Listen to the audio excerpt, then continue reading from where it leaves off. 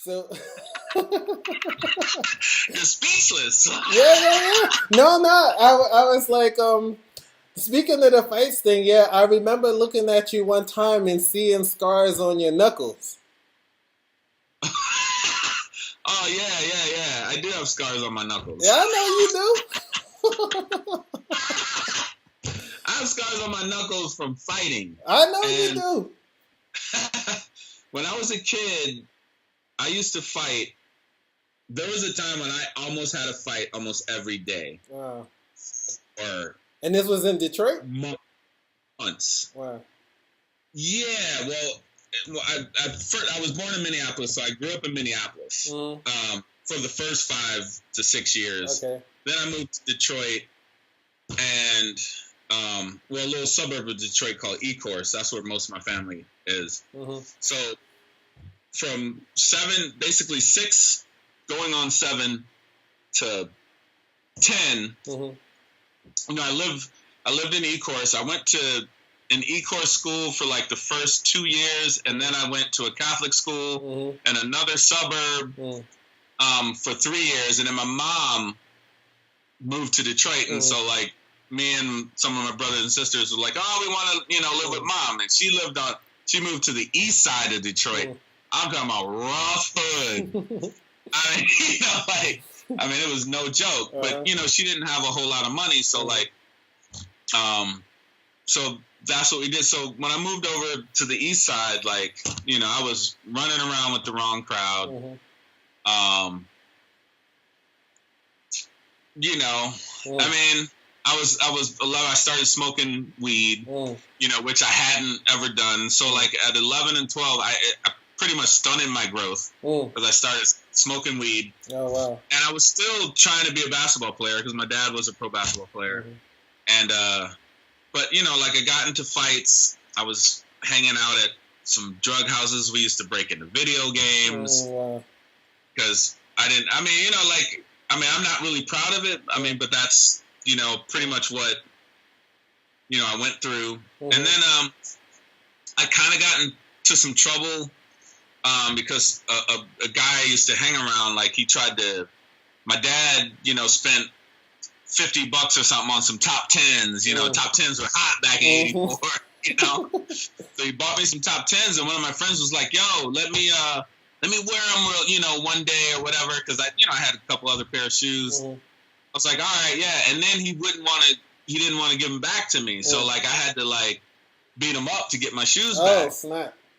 And then when I beat him up, like the next day, one of his boys that was supposed to be one of my boys, but they had grown up together, and like basically pulled a gun on me and tried to shoot me. Oh wow! So like, I got away, pushed him down, whatever, ran away. He shot at me a couple times, and I went to school, told the school that such and such. So some big deal. Basically, make a long story short, my dad came back and was like, "All right, y'all coming back with me." Oh, you know what I mean? Wow, yeah. So then, from there, I went to a couple other schools, and then in high school, I went to a main, Catholic high school where I finished out, and then I went to college in Minnesota. So, okay. Damn. So like from first, second, third. I went to a bunch of schools mainly because either my mom moved, or then my dad took me out of some school, put me into a Catholic school, and then like, so I don't know. I went to 8 schools in years. Wow. So the crazy. Well, okay. So you went to university, right? So this must have been like a life shift for you because I remember in university where I went from being this West Philly kid, and I ran with not the best crowd either, even though I wasn't involved in anything, and but there had to be because when did I meet you? Like how long after university did I meet you? All right. Well, I went to school basically to play basketball at the University of Minnesota, and then I heard about these stories. I left and I moved to Atlanta from Minnesota back in '93, and I moved to Philly in '96. '96. So I went to school in '90. So like basically it'd been 6 years. Okay. You know, but I wasn't always in trouble. In high school, I didn't get into any trouble. Yeah. You know, like, I just, so it's like, and college was amazing. Like it was, of course, it was life changing. I mean, I had so much fun. You know what I mean? Like, my goodness. Yeah, because you were on the basketball team, right? Yes, I was. And I know what it means. To like talking to women and all that, I think, I don't know. I just think, I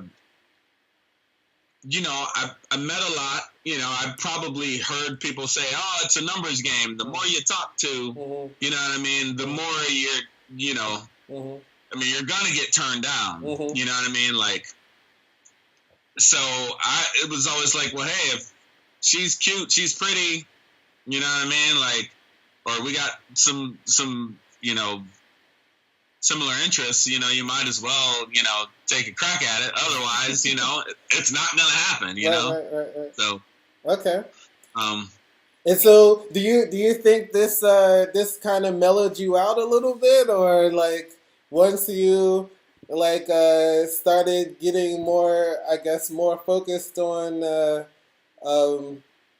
meeting girls and all of this stuff? Because I'm asking you because this Detroit like side of you, I mean, there was maybe one incident where I was like, oh, I see what's going on here. Like, one day we were like, it was me, you, and Raven and some girls or whatever, and some dudes pulled up in the car. We were like around the corner from Fluid, and some dudes pulled up in the car, and it was like two dudes in the car, and they were asking for directions to get out to get out of Philly or something like that. And then you gave them the directions, and then the dude was like, "Yeah, so if this ain't the right way, I can come back and run up in your mouth." Do you remember this? I don't really remember that, but I know I had to say something after I that. know you. I wouldn't let somebody just say that to me. Yeah, and he was like, and you said something like, "Yo, yeah, well, whatever you feel like you gotta do, like, let's go, whatever, right?" Oh, yeah. You might even said, "You ain't gotta wait. You ain't gotta wait to get lost. We right here, right now, And but then I think like the other dude in the car said something to Raven. And then Raven said something like in Arabic or something like that. There was like something.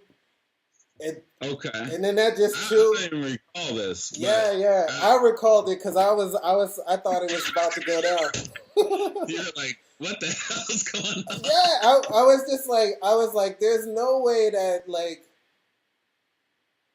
because you were big, like Raven was big. I wasn't a big guy, but I was just like, I know they didn't pull over just to start some shit, like, just to jump out and fight. You know what I mean? Like, so I was like, oh, I thought something else was going to happen. But, like, whatever Raven said to the other dude, and they calmed it down or whatever, right?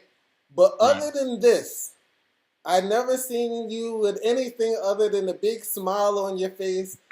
I don't ever remember you being mad too much about anything. Like, you know what I'm saying? Like, you always had a calm, like, demeanor. And I never even seen you, like, raise your voice or something like that. You know what I mean? Like, right. So, like, it's clearly something changed over time. Like, or maybe... Well, I can say this. Like, I was never really like looking for fights. Even when I did fight a lot, it was just one of those things like where you grow up, sometimes fights come to you. Yeah. You know what I mean? It wasn't like I'm like, hey, I'm gonna go whoop somebody's butt today. but like I had a big family, and my family was kind of rough, and all my cousins, they were rough, and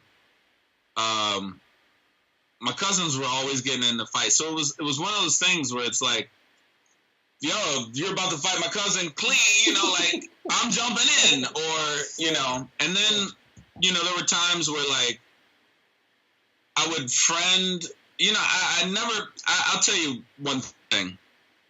When I was really little, I was sometimes babysat by like drag queens and stuff, because my mom, she was out in the clubs, and sometimes she'd be out, and there was a club in Minneapolis called the Gay 90s. Okay. So she would hang out in the Gay 90s. So sometimes when she needed a babysitter, I would be babysat by drag queens. So like I think when I was little, that had an effect on me. So like I wasn't the type to like tease other people if they were different or whatever. So like sometimes I would have friends. One guy taught me sign language, and he was kind of a nerd, and everybody used to like pick on him. But like once me and him became friends, like I didn't allow people to pick on him. It'd be one of those things where it's like, nah, you're not gonna pick on him. Leave him alone. So like, sometimes I would get into stuff because I was like helping somebody, or be like, or I just wouldn't take any crap, because if in Detroit, if you took some crap from somebody, then everybody's gonna give you crap. You can't, like, or it's just gonna pile on. So like you might as well fight the first person that messes with you. So I was never, and I think maybe basketball, directed a lot of my energy. Like, I would play really mean on the court. So, and then, like I was always into music. So once the music thing started going, I didn't have a reason to fight anybody, like, so I wouldn't say it necessarily chilled me out. I was always kind of chill. Okay. But, excuse me. But, if I get really upset or pissed, I'm mad. I'm just like probably any other human, Plus, I'm a tourist, so I don't know if that has any more of an effect on me. Yeah. I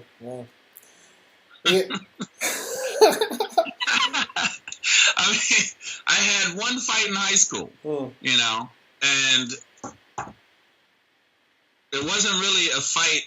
It was somebody sucker punched one of my cousins, and like, so like, I ended up jumping on the guy, and the guy was in the hospital for like 2 weeks and almost died. Wow. So like I was 16 and the guy was 21. What? So like he came to our school. So like he was in the wrong. Like I was not in danger, of like, even if he had died, I wasn't in the wrong. You know what I mean? So I'm glad he didn't. Right. I don't want to be like, oh, I killed somebody. Right. But it was scary for me because, for like 2 weeks, like his cousin was like, yeah, my cousin's still in critical condition or whatever. And I was just like, I'm sorry, but I wasn't, because he sucker punched my cousin. My cousin's eye was like, fat, and the reason why he was in the hospital is because I ended up like stomping his head in the concrete. But, when you're fighting, his heads in the concrete. But when you're fighting, like, I hadn't had a fight since then until like 4 years ago. And I was helping someone because this guy pushed a manager of mine at a club, and she was a woman. So I jumped in, fight this guy, and I was throwing him around, right? And I was like throwing him, saying like, yo, like just chill, because as you see, I'm just tossing you.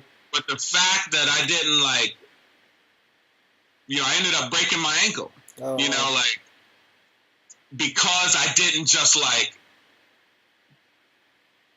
knock him out, destroy, I was like being easy with him. And then all of a sudden he hangs on to me. One time I throw him and my ankle crashes into a steel bar stool and it breaks. Wow. So I was like, see, there you go. Like, if you're gonna get into it, if you get into a fight, you might as well end it as soon as possible, because you never know what happens. So. Yeah. Shit, man.